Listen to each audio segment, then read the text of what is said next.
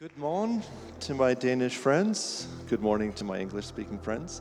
Like Helle said, I'm Jim Forrest. I'm the Creative Innovation Director at Intrepid, which is a design and development studio, and we call it Silicon Valley East. We like to make the distinction in the US because on the East, we're the ones solving the real problems. On the West, they're creating the problems. So sorry for anyone from the West Coast here.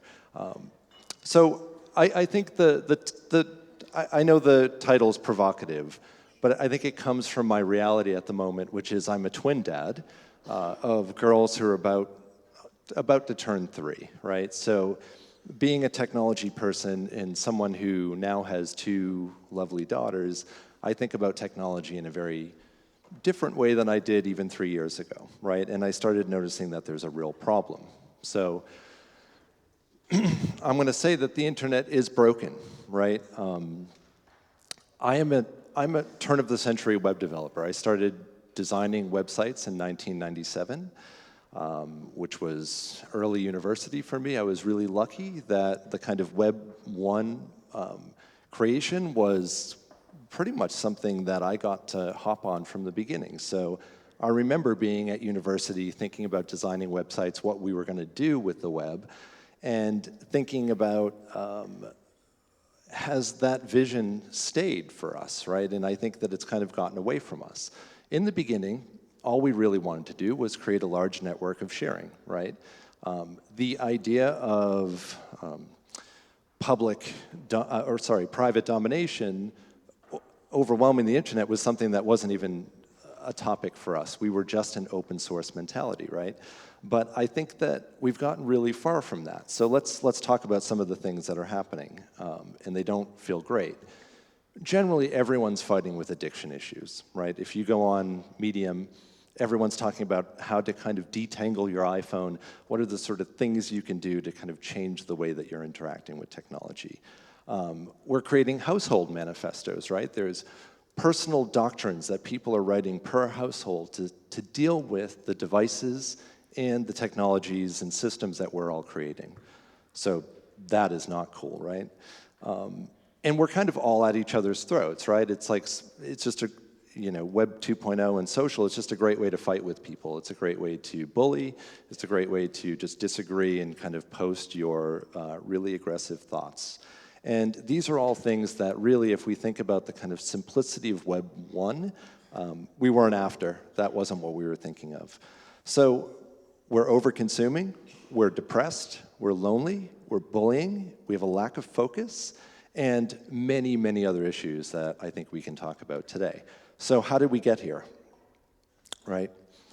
I consider that this new wave of people, we were kind of called the new rock stars, right? Like, our egos were so blown up. I was creating websites, which I thought was the nerdiest thing possible. And I would have clients and people say, oh, you're one of those rock stars, right? And it was like, no. Like, I'm coding in my bedroom late at night, right? But many of us were in that spot. I'm 42, or almost 42 next week. And I think many of us who were coming at the internet from our age group, all of a sudden we started seeing this like real importance put on the work that we were doing, right? A lot of the kind of traditional communication agencies were starting to look at us and starting to say, what are they doing, right? And there was still quite a divide between us because we were the kind of nerds, and then there was all the traditional ad agencies, et cetera. And then all of a sudden, we literally swept their legs overnight, and we were on top of everything, right? South by Southwest would invite me to do presentations, right? It was a really interesting time.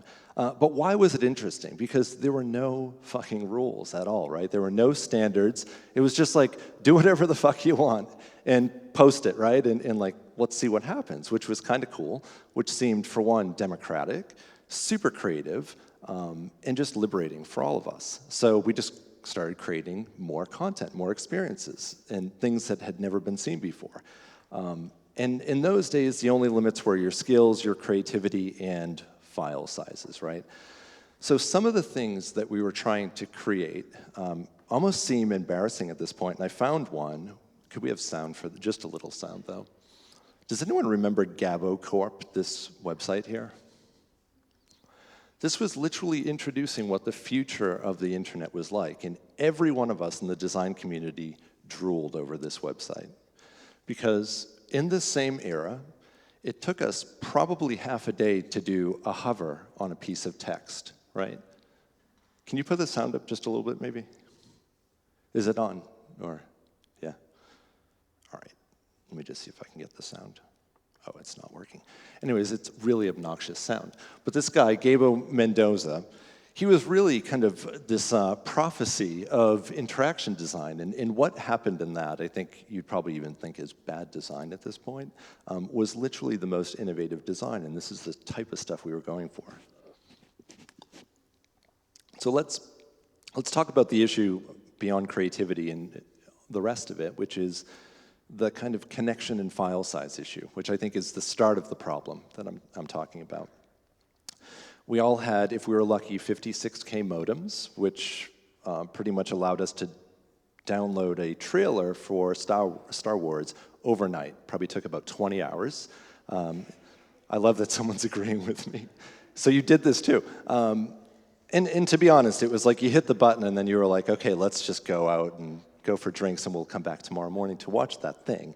And we kind of hated that, right? It was like slightly annoying, but maybe in retrospect it was a healthy limit. It gave us the space to not endlessly consume, right? Which is the cycle that we're in now.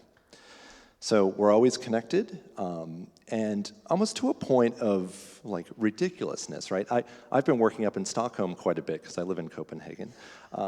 And I often see people on the planes, which they have their laptop open, right? They have their tablet next to them watching Netflix, and then they have their phone on the tray table, and I'm just thinking to myself, like, what in the world can these people be doing? Like, why do you need that much connectivity, right? So, okay,